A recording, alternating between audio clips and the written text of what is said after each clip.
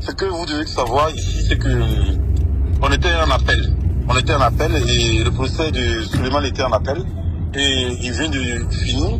On attend le verdict final. Alors, ce que vous devez comprendre est que les avocats ont défendu farouchement le client Souleymane. Mais des malversations ont été découvertes parce que, comme la première fois, le procès était en notre faveur. Et donc, il y a des détails sur lesquels l'avocat a décidé de ne pas faire attention. Mais là, on a découvert des malversations, c'est-à-dire que le PV de Souleymane était signé depuis 14 h pendant qu'il a été arrêté à 21 h. Son PV signé à 14 h alors qu'il a été arrêté à 21 h. Il a été arrêté à 21 h. Okay. Il a été arrêté à 21 h. Et comment se fait qu'un PV était déjà rédigé et qu'il attendait? Aussi, pareil que le laissez-passer qui est déjà aussi fourni par l'ambassade de Côte d'Ivoire en amont déjà. Donc, l'avocat a évoqué cela. Et donc, l'avocat a dit, le problème c'est que le procureur a demandé, est-ce que Souleymane a des parents en Côte d'Ivoire? Il dit, oui, Souleymane a des parents en Côte d'Ivoire, il peut vivre en Côte d'Ivoire, mais là n'est pas le problème. Souleymane est un leader d'opinion, et que s'il va en Côte d'Ivoire, il a évoqué le cas de Sidiko, ok. qui a été enlevé en Mauritanie par le gouvernement présidentiel qui a été envoyé. Donc, aujourd'hui, et les militants et les responsables PPSI, personne ne sait où il est et on n'a pas encore eu des procès. Donc c'est le même risque que Souleymane court au cas où il part, comment on appelle en Côte d'Ivoire. Et donc le parti avait déjà payé un billet d'avion. Parce qu'on a prévu toutes les probabilités. On aura perdu cette bataille-là si on avait, si jamais, c'est-à-dire le verdict décide que Souleymane aille en Côte d'Ivoire. Or, dans ce cas, si Souleymane va même au Mali, s'il va n'importe où dans un pays de l'AES, c'est sa communication qui dérange. Et là-bas, au moins, il pourra communiquer. Moi, je lui dis, même si ici, en France, finalement, on le met sous contrôle judiciaire, qu'on interdit, par exemple, de parler, ils auront atteint leur objectif, ils auront neutralisé.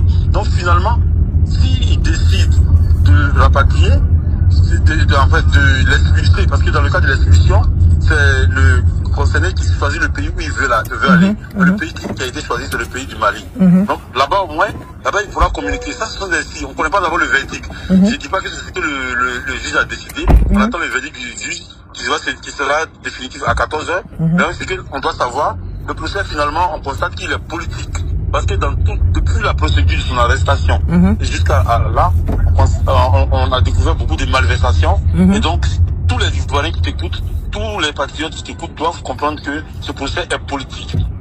Un procès politique qui oppose l'opposition de Côte d'Ivoire avec le parti qui est au pouvoir, qui est le parti qui est au pouvoir, le gouvernement de Ouattara.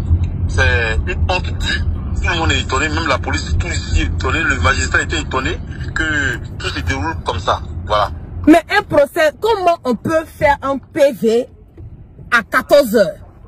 Et le gars, il a été arrêté à 21 h. Comment est-ce que le procureur a expliqué cela? Justement, c'est ce que je vous dis, que la magistrate elle-même était... Le procureur, lui, il écoute. C'est sur la base de toutes les informations qui sont données que lui, il prend sa décision. Voilà. Lui, il n'a pas d'interprétation à faire devant eux, mais il écoute. Mais sauf que les magistrats étaient quand même étonnés. Ils étaient étonnés de toutes ces malversations, de tous ces bugs. Donc, voilà, c'est sur cette base qu'ils vont prendre. Maintenant, nous, le juge a dit, l'avocat a dit copie, c'est-à-dire, il faut qu'on l'envoie au Mali. Si on pense que la situation administrative ne répond pas et que voilà, il est dans une situation irrégulière, c'est pas grave. Souleymane lui-même avait accepté parce que, en définitive, il ne faudrait pas que Souleymane se taise. Il faudrait qu'on continue à communiquer. Et le problème avec le gouvernement Ouattara, c'est de neutraliser. C'est de le neutraliser, donc de chercher à l'envoyer en Côte d'Ivoire pour l'empêcher de parler. Parce qu'ils se disent que s'il est dans un autre pays qui est en dehors de la Côte d'Ivoire, il peut toujours communiquer et c'est ce qu'ils ne veulent pas. Exactement. Et même l'avocat a évoqué le cas de Sidiko. Et l'avocat a même encore des arguments parce que la tête de Souleymane, de Johnny Patiko et de Toi la Guêpe avait été sortie sur la télévision nationale. Oui, Haka. Oui, effectivement. Voilà, déclarée comme des personnes dangereuses. Donc imagine une personne dangereuse, comment on les traite? Est-ce qu'ils vont les traiter comme une personne qui est... Déjà, les personnes qui ne sont pas dangereuses en Côte d'Ivoire, ne sont pas censées être dangereuses selon eux. En Côte d'Ivoire, on sait comment ils les traitent. Donc, c'est pas comme Souleymane qu'ils vont traiter favorablement. Donc, l'avocat a sorti ce cas-là.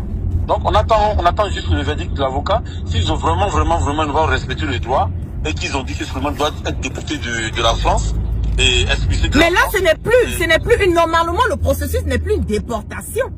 On doit normalement lui donner le temps de s'apprêter et de partir parce que il n'y a pas un mandat contre lui. C'est ce que moi je ne comprends pas. Ou bien quelle procédure de là-bas, c'est comment? C'est ça, le gouvernement du Côte d'Ivoire même, dans les malversations, ils n'ont même pas produit de mandat d'arrêt contre lui. Donc il y a pas, on ne peut pas parler d'extradition. On parle d'extradition quand il y a un mandat d'arrêt. Il n'y a pas de mandat d'arrêt contre lui. Donc dans ce cas, c'est une expulsion. C'est absolument de choisir le pays qui veut partir. Et nous, on ne souhaiterait même pas qu'il reste même en Europe, que ce soit en Belgique, que ce soit où quoi que ce soit, qu'il aille dans les pays de l'AES, et le pays du Mali, comme c'est ce pays-là qui redoute, il va rester là-bas, communiquer, continuer à communiquer. Parce que même cette France-là, pour être libérée, De Gaulle, il était en Grande-Bretagne quand il a lancé l'insurrection ici, à Sousse. Donc, le problème c'est ça. Le gouvernement Ouattara est dans le faux, il faut le dénoncer, il faut continuer à le dénoncer, et on va, toutes ces personnes qui communiquent continueront à le dénoncer. Ce que tes abonnés doivent retenir, c'est ça. Il y a une manifestation, il se procès, ils doivent considérer que c'est politique, c'est un procès purement et simplement politique. Mais on compte encore sur le droit, on compte encore sur les juges, on attend le verdict final qui est à 14h. Merci. Ok, une autre question. Normalement, ils avaient fait un laissez-passer, ils devaient être rapatriés le dimanche, n'est-ce pas? Oui, le laissez-passer et le PV, tout ça a été produit avant son arrestation. Voilà. C'est-à-dire même les gens qui venaient l'enlever comme des babouses là, ils allaient les prendre discrètement, l'envoyer à l'aéroport de Bougie qui était un aéroport présidentiel, ils allaient le mettre dans le gouvernement présidentiel là-bas, et puis le rapatrier. Mais c'est grave. Est-ce que vous vous rappelez que les gens qui sont venus au salon de l'agriculture pour la Côte d'Ivoire, ils sont venus avec un avion présidentiel. Ouais. Avec un avion où tous, vous savez, leur maîtresse, les gens, tout ça monte pour se retourner après, gratuitement. Et de ce là qu'ils allaient passer, et puis ils allaient l'enchaîner, prendre une photo, ils n'allaient pas savoir où il est en Côte d'Ivoire. Et donc, l'avocat a évoqué tous ces faits-là, donc on attend le verdict final des juges. On compte encore sur le droit, et puis on verra. Mais comme c'est politique, c'est nous, ces gens du tout, c'est en train de venir que c'est décisif. Exactement, comme c'est politique, donc ça prend du temps. C'est ça qui est le problème. Parce qu'il y a des appels de la main noire. Voilà. Mais ça, c'est Ouattara. Ils ne sont même pas obligés de passer par deux chemins. Exactement. Pour comprendre que c'est la main de Ouattara qui est en dessous de tout ce qui est en train de se passer. Il y a à peine une semaine, on nous a montré à la télé, comment on appelle, ivoirienne, que nous sommes des personnes dangereuses. Il y a moi, il y a Johnny Pacheco et il y a Gbagbo Koné. Bon, moi, ils savent qu'ils ne peuvent rien. Johnny Pacheco, il est en Finlande. La France, c'est où ils peuvent faire la merde, le bordel. Exactement. Donc, c'est que tu dois continuer à dire à tes abonnés. Ouais. Pour que tes abonnés retiennent que ce procès, il est politique. Tout le monde doit insister là-dessus. Tous les communicants doivent insister sur le fait que ce procès est un procès politique. Et que tu dois insister que le PV a été produit à 14h pendant que Souleymane a été arrêté à 21h. Quand on fournit un PV, normalement, c'est les faits de celui qui est inculpé, quand on écrit, qu'est-ce qu'ils ont écrit dans le PV? Qui a dit ce qu'ils ont écrit dans le PV? Qui a relaté ces faits-là? Qui puisse les écrire? Donc, la malversation a été découverte. Et donc, toutes ces personnes-là, je crois qu'au final, quand tout ça va finir, il faut même porter plainte à cette police-là. Voilà, il faut même porter plainte à la façon dont il a été arrêté.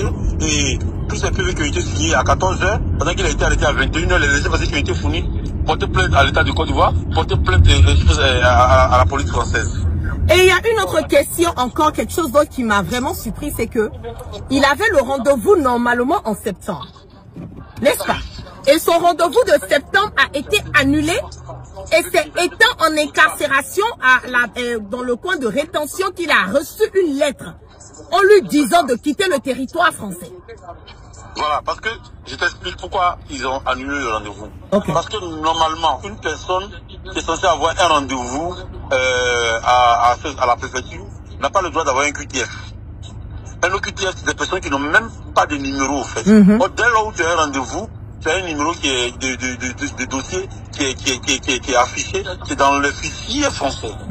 Donc, on ne peut pas te donner un OQTF. Un OQTF, c'est quelqu'un qui n'a même pas de numéro. Or, Souleymane partait pour renouveler ses papiers. Il n'était pas en situation irrégulière. Donc, il faut dire aux gens qui pensent... Il n'était pas en situation irrégulière. Voilà, il partait renouveler ses papiers. Donc, ils attendaient ce moment-là pour fournir pour faire toute cette malversation. Mais, au clair, ils ont été mis à nu. Ils ont été mis à nu. Et la proposition que le procès est en train de prendre, c'est que l'opposition française est en train d'être au courant de ce problème. L'Assemblée nationale française est en train d'être au courant de ce problème. Et bientôt, je pense qu'eux aussi vont commencer à communiquer pour acculer la justice française, pour acculer le président français, pour acculer toutes les institutions françaises qui sont entrées dans cette malversation-là. Donc voilà. Parce que, au définitif, c'est la France que ça salit, hein. Ah ouais, c'est clair. Si la France doit s'adonner à aller jusqu'à dans cette bassesse, c'est grave. Voilà. Ça veut dire que vous qui vivez en France, vous n'êtes pas aux États-Unis, on peut jamais voir ce genre de choses ici. Voilà, c'est impossible. Bon, après nous autres, on est citoyens. Je veux dire, effectivement, comme tu dis, personne n'est finalement. Personne n'est à l'abri, hein. Voilà, personne n'est à l'abri finalement, parce que même voilà. Le professeur Franklin Nyamsi-Wa Cameroun, lui aussi, ces traquinages judiciaires qui sont suivis pour juste fatiguer le monsieur, pour juste fatiguer les gens qui dérangent dans la communication. Donc, comme c'est la communication qui dérange, la communication sera bien intensifiée. Ah oui, ça c'est clair. Ça c'est clair, ça c'est clair. La communication sera intensifiée parce que faut que la communication soit intensifiée pour que le dictateur d'Abidjan tombe. C'est clair. Ah donc, ouais. Voilà. C'est vraiment. Le représentant, je le vois. Ok, si vous pouvez s'il est là aussi, s'il peut donner son mot. Je lui demande d'abord des choses, je dis en antenne et puis je te fais ça. Ok. Ah ouais, c'est grave, ce que nous rencontrons aujourd'hui. Un procès politique. Voilà, la France est tombée jusqu'à ce point, c'est-à-dire satisfaire. Comment on dit Ok, s'il il peut partager quelque chose. Voilà, bonjour, comment allez-vous? Vous pouvez nous expliquer un tout petit peu brièvement ce qui se passe? Ça demande d'expliquer un peu brièvement. Écoutez, nous sommes dans un procès. Je voudrais d'abord te saluer. Je voudrais saluer toute la Côte d'Ivoire qui résiste pour la souveraineté. Nous sommes au procès à la cour d'appel, dans le cadre de la révision du dossier Gbagbo. Nous venons de sortir. Malheureusement, il ressort beaucoup d'éléments qui nous attristent. Le PV d'arrestation du camarade Gbagbo a été rédigé le mercredi 26 à 14h30 avant qu'il ne soit arrêté à 21h. Donc voilà une première information qui a été révélée, qui a été révélée par nos avocats au juge. Ça, c'est le premier élément qui est très grave. Parce qu'on ne peut pas rédiger un PV avant l'arrestation. Ça, c'est d'un. De deux, le camarade Gbagbo a fait une demande de régularisation. Et il a eu une convocation à la préfecture qui va demander dans le 94 le 30 septembre prochain. Et à notre grande surprise, le 25 février, cette demande est annulée. Cette convocation est annulée et il est arrêté le 26. On annule le 25. On annule sa convocation le 25 et le 26, il est arrêté. On arrête ça. Ça, c'est réglé. Et il n'est même pas informé de cette information. Le samedi 1er, on lui donne en prison ce courrier-là à 11h45, annulant son rendez-vous à la préfecture le 30 septembre. Donc voilà beaucoup d'irrégularités qui font que ce procès ne peut qu'être qu'un procès politique. Ne peut être qu'un procès qui est déjà fait prémédité. C'est biaisé. Donc voilà un peu ce qu'on pourrait retenir. Mais là, nous sommes dans l'attente de, comment dirais-je, du verdict pour 13h. Donc on est dans l'attente. Voilà. Merci. Merci beaucoup. Merci. T'as compris un peu, hein? Oui, merci. C'est vraiment, c'est flagrant. On voit le monde. Voilà, les gens sont vraiment sortis massivement pour soutenir. Regardez, tout ce monde est là pour soutenir Gbagbo Koné. Ce que les gens doivent comprendre est que aujourd'hui là, l'heure est grave. La communication, pour ne pas dire que les communications que nous faisons. Mathési, on va se reprendre tout à l'heure. On se reprend tout à l'heure. S'il y a quelque chose de nouveau, fais-moi signe, s'il te plaît. Ok. Les communications les échanges que nous faisons concernant les dénonciations, concernant Ouattara, dérangent Ouattara. C'est ça qu'est la vérité. Ça dérange Ouattara. Comment quelqu'un qui a été arrêté à 21 h, mais on se rend compte que son PV a été fait depuis 14 h. Qu'est-ce qui a été écrit dans le PV? C'est même, Gbagbo connaît même, c'est un enfant béni. Je le dis, hein, c'est un enfant béni. Parce que si on n'avait pas fait les choses à temps, depuis samedi là, dimanche là, Gbagbo Koné était déjà en Côte d'Ivoire, ni vu ni connu. Gbagbo Koné était déjà en Côte d'Ivoire. Parce que le laissez-passer a été fait. Le mercredi là, tout laissez-passer était déjà fait. PV était déjà fait. Tout était déjà bouclé. On a annulé son rendez-vous. Donc tout ce qu'ils avaient à faire là, c'était de prendre le laissez-passer, le PV, le papier qui montre que son rendez-vous a été annulé, le mettre dans un vol. Parce que, bougez là. Là-bas, c'est là-bas que les avions de Ouattara là viennent. On allait le mettre dans leur avion là. Et puis directement, il allait partir en Côte d'Ivoire, ni vu, ni connu. La seule manière dont on allait savoir que Gbagbo Koné était en Côte d'Ivoire, c'est pareil comme ils ont fait pour Sibiko. Ils allaient prendre une photo pour nous montrer qu'il est dans l'avion, il est en route pour la Côte d'Ivoire. C'est grave. C'est grave. Quand on vous dit que Ouattara, le pouvoir de Ouattara est un pouvoir moribond.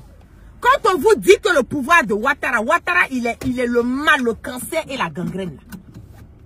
Vous pensez que c'est de l'amusement. On me dit qu'il vient d'être libéré. Attendez, je vais rappeler voir. Ils sont confondus. Ils sont confondus. Ils sont confondus. Mais Dieu va faire opérer son miracle. On dit quoi? C'est comment? Il a été libéré? Non. J'ai pas le son. Vérifie s'il te plaît. Je vois des commentaires là. Je sais pas si c'est confirmé. Comme je suis en direct. Non, mais c'est à 13h. Il fait quelle heure là-bas? Il est 13h. Il n'y a pas de verdict encore? Non, il n'y a pas de verdict. Mais il est déjà 13h à Paris là. Oui. On attend là. Ils vont commencer à rentrer là. Ok. Tiens-moi informé s'il te plaît. Je suis à l'écoute. Ok, ça marche. À tout à l'heure. Vous voyez comment l'heure est grave. Quand on vous dit que Ouattara là, c'est lui qui a la base. Quand on vous dit qu'Alassane Ouattara ne veut pas nous sentir là, vous dites, mais la gueule, toi, mais Ouattara qui te calcule. Il nous calcule. Hein. Parce que ce qu'on fait sortir là, les vérités, les informations que nous donnons là, ça dérange Ouattara. Ça dérange le gouvernement de Ouattara. Ça les dérange. Donc, ils veulent passer par toutes les voies et moyens pour pouvoir mettre la main sur nous. Ils veulent passer par toutes les voies et moyens pour pouvoir nous incarcérer. C'est ça qui est la vérité. C'est parce que même Gbagbo Koné, même c'est un enfant chanceux. Parce que si ce n'était pas la chance là, je vous dis que depuis dimanche là, Gbagbo Koné était déjà en Côte d'Ivoire. Depuis dimanche. Mais comme Dieu, il regarde dans le cœur de tout un chacun. Le bienfait, la vérité, il a épargné jusqu'à ce que nous arrivons. C'est ainsi que vous avez même dit à Ouattara que Gbagbo Koné allait être à Paris. Jusqu'en ce moment-là, il aurait dit non, c'est impossible. Parce que pour eux là, tout était déjà ficelé, tout était déjà prémédité, en complicité avec la France. En complicité. Ils sont prêts à dépenser des milliards, des millions de l'argent du contribuable pour venir nous chercher. Vous avez aujourd'hui maintenant la confirmation que c'est un procès, comment on appelle, totalement politique. Vous avez vu maintenant, quand on vous dit que le gouvernement de Ouattara est prêt à dépenser des millions là, pour nous traquer là, vous dites que Ouattara ne vous écoute pas, il n'a pas votre temps. Vous avez vu? Que Dieu nous garde. Vraiment que Dieu nous garde. Il sera libéré. Moi, en tout cas, j'ai une très bonne intuition. Depuis quelle heure je me suis réveillée, je fais que prier, je prie et je continue de prier pour Gbagbo Kone, que Dieu puisse le libérer. Et au pire des cas, s'il refuse de le libérer, qu'il puisse aller dans un autre pays, mais pas en Côte d'Ivoire. Parce que si Gbagbo Kone rentre en Côte d'Ivoire, ça sera le sacrifice du 4e mandat de Ouattara. Je le dis haut et fort. Gbagbo Kone rentre en Côte d'Ivoire, Gbagbo Kone sera le sacrifice du 4e mandat de Ouattara. Et c'est ce que nous voulons éviter à tout prix. Sinon, qui ne veut pas rentrer chez lui? Tout le monde veut partir en Côte d'Ivoire. Tout le monde veut partir en Côte d'Ivoire.